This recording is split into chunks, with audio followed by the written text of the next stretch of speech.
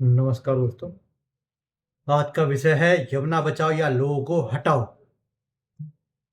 आज हम किसी राजनीतिक दल की सरकार की बात नहीं, हम उस आम नागरिक की बात करेंगे जो पूछ रहा है क्या पर्यावरण बचाने की कीमत हमेशा गरीब चुकाएगा।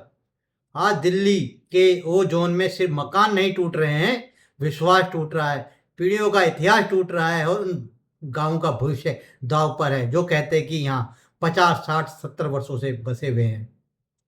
सरकार कहती है कि यमुना का फ्लड प्लेन है या पर्यावरण दृष्टि से संवेदनशील है, नदी को उसकी प्राकृतिक क्षेत्र वापस मिलना चाहिए और कानून का पालन होना चाहिए।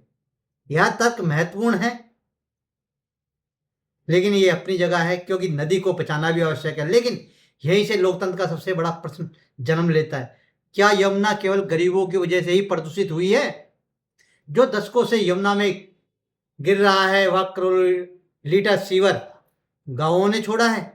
क्या औद्योगिक कचरा, रासायनिक अपशिष्ट और शहर के बड़े बड़े नाले इन ग्रामीणों ने बनाए?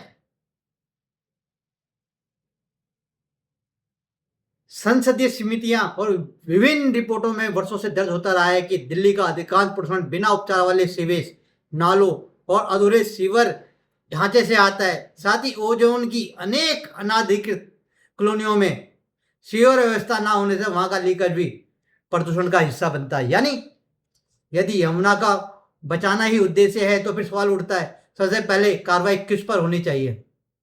उस व्यक्ति पर जो मजबूरी में वहां रहता है, या उस व्यवस्था पर जिसने दशकों तक सीवर नहीं बनाया, नाले नहीं रोके और प्रदूषण को बढ़ने दिया?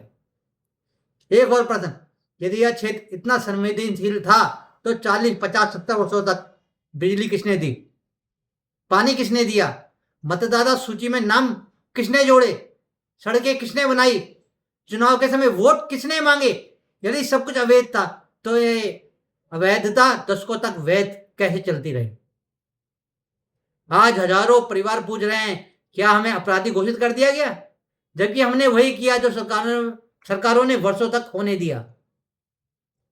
सबसे बड़ा दर्द केवल मकान टूटने का नहीं, दर्द यह है कि जिन लोगों ने पूरी जिंदगी कमाई, ईंट ईंट जोड़कर घर बनाया, आज उनसे कहा जा रहा है यह जमीन आपकी नहीं है, यह घर आपका नहीं है। हम यह भी स्पष्ट कर दें, नदी बचनी चाहिए, यमुना का पुनर्जीवन होना चाहिए, फ्लड प्लेन सुरक्षित रहना चाहिए, इस पर कोई मतभेद नहीं हो सकता। लेकिन लोकतंत्र केवल पर्यावरण से नहीं चलता, लोकतंत्र न्याय से चलता है। और यदि हटाना आवश्यक है तो क्या सम्मानजनक पुनर्वास पहले नहीं होना चाहिए? क्या बच्चों की शिक्षा, बुजुर्गों का जीवन, रोजगार और सामाजिक सुरक्षा, इन सबकी कोई कीमत नहीं है? आज जनता भी पूछ रही है, यदि कानून सबके लिए समान है तो क्या हर अवैध निर्माण पर समान कार्रवाई होगी? क्या प्रभावशाली लोगों, बड़ी परियोजनाओं और संस्थागत अतिक्रमणों पर भी वही कठोरता दिखाई जाएगी जो गरीब बस्तियों पर दिखाई जा रही है? कानून का सम्मान तभी बढ़ता है जब उसकी कसौटी सबके लिए एक हो। यह रिपोर्ट किसी अवैध कब्जे का समर्थन नहीं करती, ना ही किसी पर्यावरण संरक्षण का विरोध करती है, लेकिन यह उस भारत की आवाज जरूर उठाती है जहां विकास का अर्थ विस्थापन नहीं होना चाहिए, जहां पर्यावरण का अर्थ मानवता की बलि नहीं होना चाहिए, और जहां नदी भी बचे और इंसान भी। और अंतिम प्रश्न, यमुना को बचाने की लड़ाई क्या बुलडोजर चलाकर ही जीती जाएगी, या ईमानदार प्रशासन, बेहतर सीवर व्यवस्था, प्रदूषण पर कठोर नियंत्रण और न्यायपूर्ण पुनर्वास, इन सब के साथ? क्योंकि यदि न्याय न्याय नहीं बचा तो केवल मकान नहीं टूटेंगे, लोकतंत्र का भरोसा भी टूट जाएगा।